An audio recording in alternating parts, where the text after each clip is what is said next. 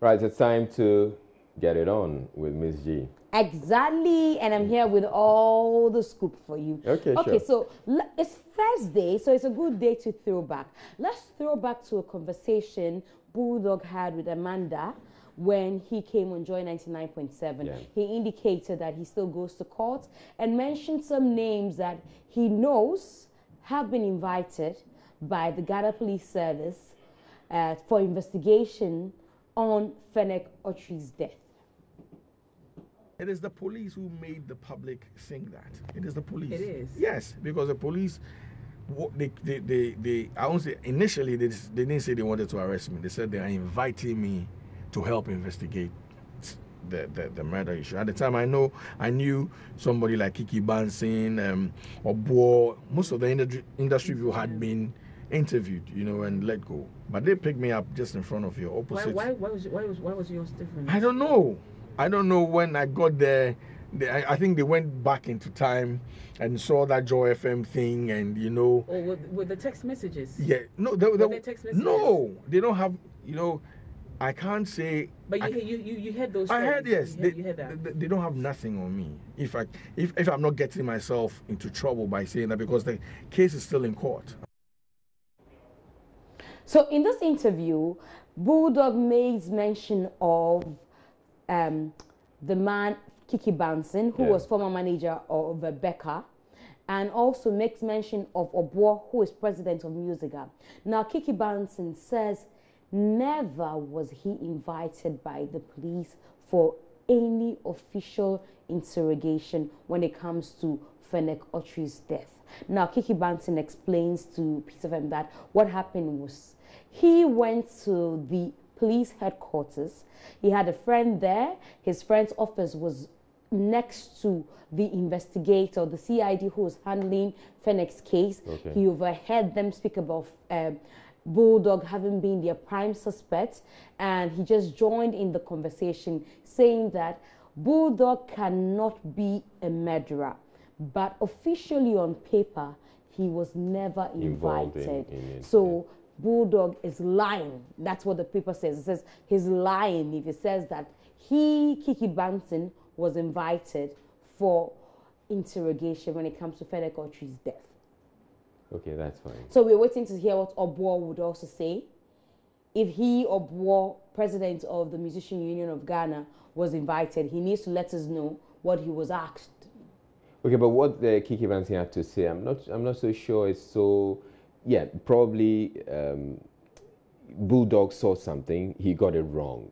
Yes. But if you say he's lying, he's just telling you what he saw. No, but he says he was invited for investigations. But this man says it's not. You can say it's not accurate, but he believes that he had or supplied information to the police somewhere. Not officially.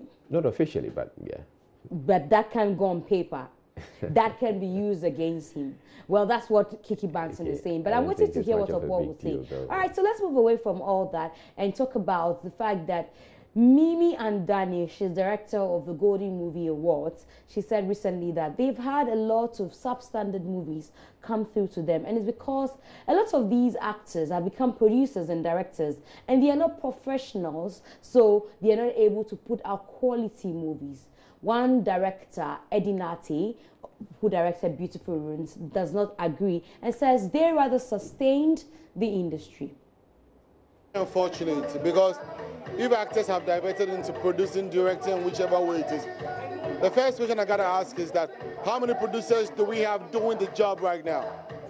All the producers that we know from Opera Square, they're not doing producing, they're selling CDs and all of those other things, not even doing CDs. They're selling, what you call it, CD, video decks and all of those things. And we actors have taken up the responsibility of producing. Producing doesn't necessarily mean you should go to school to learn producing. If you have the capability of producing, if you know things about acting, if you know things about movie production, why can't you? I mean, it's a great idea for all of us, because without the actors who have turned to producers, this industry won't be there now. Yeah. So you think that you guys are rather sustaining the industry? Exactly. The actors who have turned to producers and directors, are the ones sustaining the industry now. When was the last time Salam produced something? When was the last time AA produced something? It's been a while now. It's been a while now. All the people that are producing are actors. So I think we are sustaining the industry and keeping the smiles on the audience's faces. Finally, I remember recently you were robbed. How have you managed the situation? What the police say and all that? Well, the police didn't do much about it. I was robbed of my computer and my camera and all of those things. The police didn't do much about it. You know, I had to just let it go. How are you protecting yourself from any future? Yeah, right now, I'm protecting myself in a way that I'm being more careful about the things and the people around me and all of that. Because I do believe that this robbery is somebody who has It's an inside job. Because I mean, calculating everything is going to be an inside job. It's an inside job. But like I said, I've forgotten about it. I have a project coming on, which is The Corner, and I'm concentrating on that one. I'm just doing it. And like I told you, it's going to be the biggest television series ever shown on television. Okay. All right, so that's actor, director Eddie Nartey. Let's talk about Rugged Man. Rugged Man is a Nigerian musician, and he's talked about the fact that he needs a lot of young guys who appreciate his music. When you go to Nigeria, Rugged Man is one of the people who started the hip life or rock music in Nigeria. But have the young ones paid homage to him? How does it feel as a front runner? I'm very proud of myself because one of the songs I always refer back to the most is the song I did with Nice, Rogedi Baba. In that particular song, I was actually talking about putting a face to Nigerian music, you know, because we know Ghanaians have Kwaito. South Africans have South Africans have Kwaito, Ghanaians have hip life. Okay, hip life. I'm talking hip hop wise. Okay, sure. No, not generally. Generally, yeah, we know high life. But Ghanaians have hip life. Then South Africans have Kwaito. But Nigerians, yes, we have our Fuji, the Juju, the reggae. But we talking hip hop, we really didn't have a face. So I just preached about putting a face to it, and I talked about using our Nigerian languages, our local languages, to do music, and which was what everybody now started doing afterwards. And every song that's been a hit from then till now has been a song that's had the Nigerian local language in it. So yes, trust me, I am very, very proud. You're very, very proud. You think that the young ones have paid homage to the likes of you and the others who have, you know, helped to make, you know, music in Nigeria stable?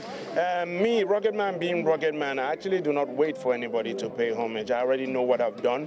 I already know who I am. I know I pay homage to people who were there before me. If the ones who came after me choose not to pay homage, that's their business. It doesn't change what I've done. It doesn't change who I am. That's just how I see it. Definitely. Have you monitored the Ghanaian space when it comes to music? Oh yes, I actually featured on a song with Edem. Oh, I see. A while back, and then of course I know VIPs, I know Tic Tac, I know Reggie Rockstone, I know, yes, of course. And I'm calling those ones because I know them personally.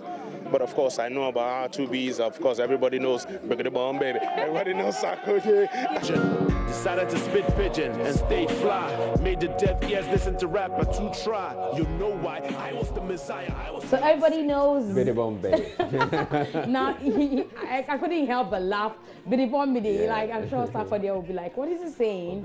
Or Biddy Bomb, biddy. Anyway, so quickly, let's do one throwback before I go. And it's throwback to when Banky W had a chance to speak about this. So they're still trending on Instagram.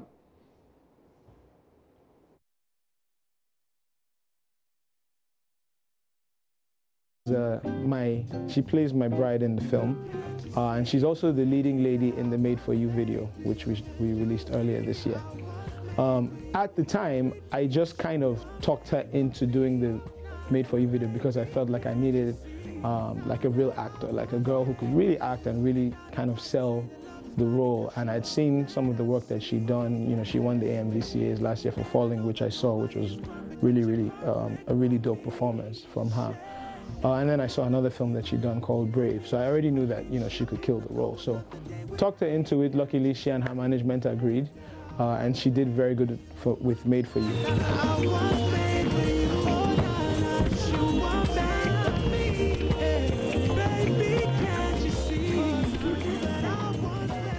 You know what the conversation has been about today on social media. A lot of ladies are asking men to start sending them DMs if they're interested in them, because that's how the story started. And I'd like to say shouts to Nathaniel Atto. I know your love brewed from Facebook.